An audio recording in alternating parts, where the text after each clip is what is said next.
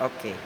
Assalamualaikum warahmatullahi wabarakatuh. Waalaikumsalam warahmatullahi wabarakatuh. Selamat siang Bapak Ibu sekalian. Meskipun dalam keadaan mengantuk, mari kita mendengar Bapak Ibu ya. Terima kasih tadi kepada Pak Omar sudah menjelaskan terkait tentang hobis ya di mata pelajaran yang pertama tadi. Kemudian untuk saya di sini mohon izin ya Bapak Ibu untuk menyampaikan salah satu contoh dari modul ajar yang sudah saya buat. Ini di sini ada visinya sendiri. Yang pertama ada data sekolahnya, data sekolah kita. Kemudian modul pembelajaran ini untuk nama mapelnya. Kemudian tahun ajaran untuk yang sekarang kita memakai tahun ajaran 2025-2026. Kemudian nama penyusun di sini disusun oleh saya. Langsung lanjut. Kemudian di bagian berikutnya ada CP, TP.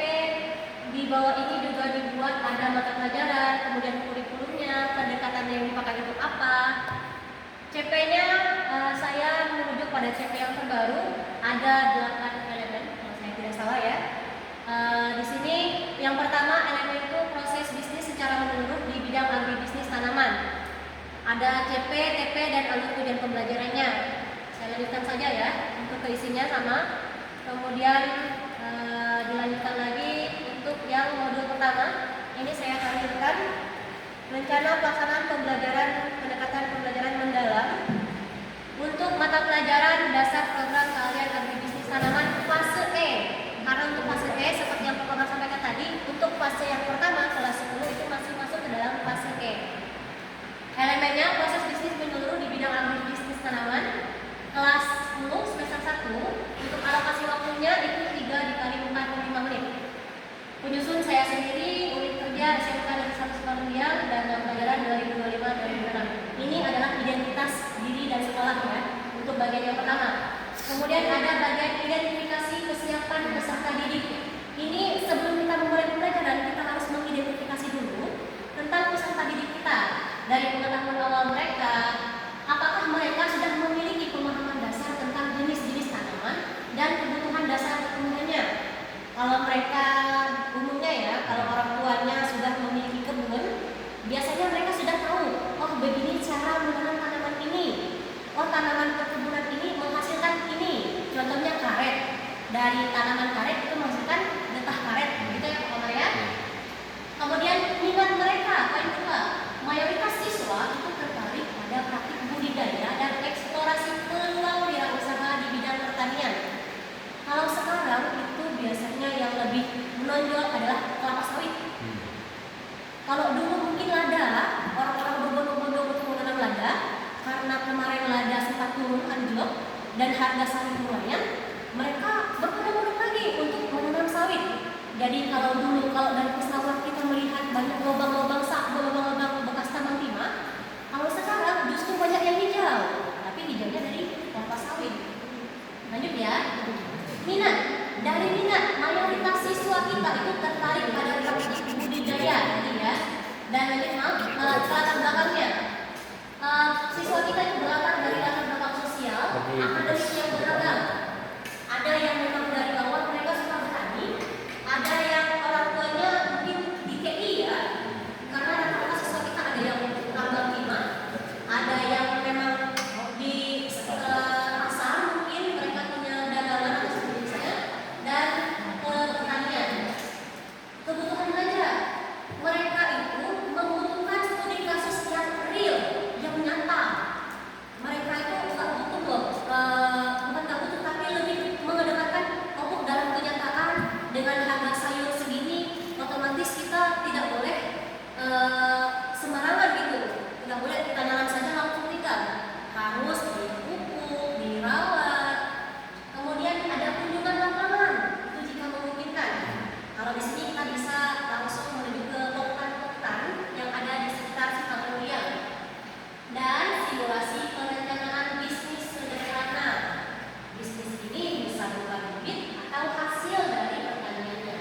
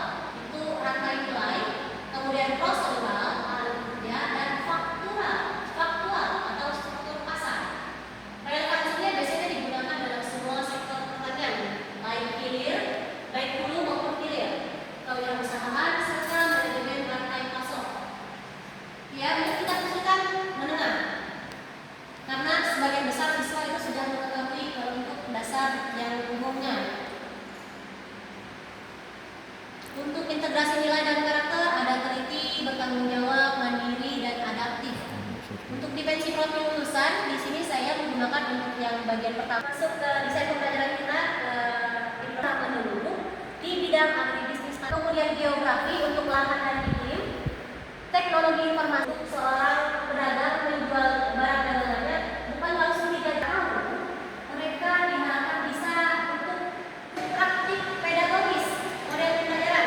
Saya di sini menggunakan proyek sesuatu sehingga mereka bisa memanen hasil tersebut. Selanjutnya kelas 10 penjelasan berbeda ya. Gunakan mungkin kerjasama kita dengan PTK kemarin ya. Itu sudah terbukti dengan adanya Pak Andi, kemudian ada bapak yang lainnya.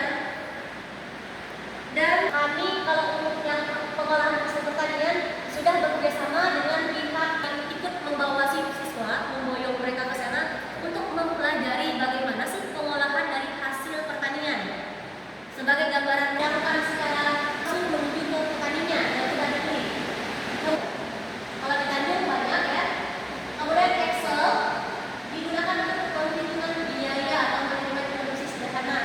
Lewat Excel nanti mereka akan diajari bagaimana cara untuk mengerjakan pakai asal dari mana. Dan yang mana asal gitu. Tahu nggak?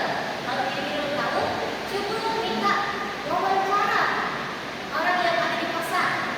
Nanti bisa berupa pilihan ganda atau usaha singkat. Kemudian asesmen pada proses pembelajaran di tengah observasi berlalu seperti apa dan bagaimana. Bagaimana Bapak Ibu terhadap yang sudah saya sampaikan tadi? Kira-kira apa ada pertanyaan? Oke, sekarang masih apa Pak? Saya mengambil tentang budaya. Yang saya tanyakan itu terkait dengan prosedur pelaksanaan di lapangan. Karena nanti kalau proyek itu kan pertama yang kita pertemuan itu ada di kelas dengan di lapangan. Nah, kalau seandainya di lapangan itu ternyata kita mau keluar ke hujan, bagaimana? Kalau di luar hujan, itu sering terjadi loh Pak. Biasanya kalau saya daripada siswa itu keluyuran di lapangan dan hujan-hujanan, mereka nanti akan saya ajak ke dalam ruangan. Kalau untuk pembelajaran kan selain dari buku pelajaran yang bisa mereka lihat, merangkum atau mengerjakan latihan soal, mereka juga bisa melihat dengan mempelajari video Pak. Video yang diputar yang berkaitan dengan contoh dari produksi green itu seperti apa gitu.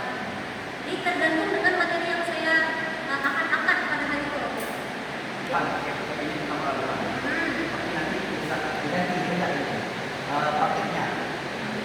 Prakteknya bisa diganti pada hari yang berikutnya atau di minggu depan.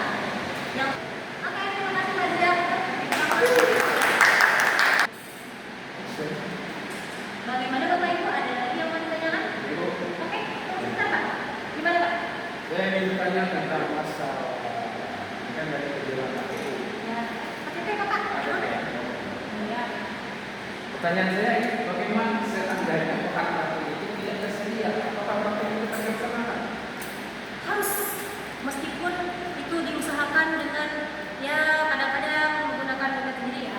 Tapi untuk bahan yang tidak tersedia, contoh kami tidak punya bibit kopi, menggunakan bibit kopi yang ada di kebun.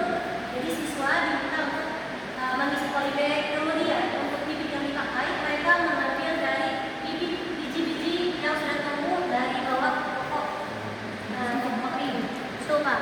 Kalau untuk beli kan kita mungkin keterbatasan dana nih. Kalau untuk yang ada, jadi kita memanfaatkan bahan yang ada di sekitar. Kalau sawit, seandainya kita tidak bisa belajar di PT sawitnya langsung, siswa bisa langsung kita ajak ke kebun percobaan yang ada di tengah kan. Entah seperti sekarang ini bagaimana Pak? Terima kasih Bu Rin, ini sebagai dosen untuk pembelajaran berbagai. Terima kasih Bu. Sama-sama Pak. Oke Bapak Ibu. Oke, terima kasih Bapak Ibu atas hari ini dan penjelasan saya di hari ini mungkin hanya itu saja. Dan pertanyaan juga sudah didaftarkan tadi oleh Mas Ria dan Pak Roni.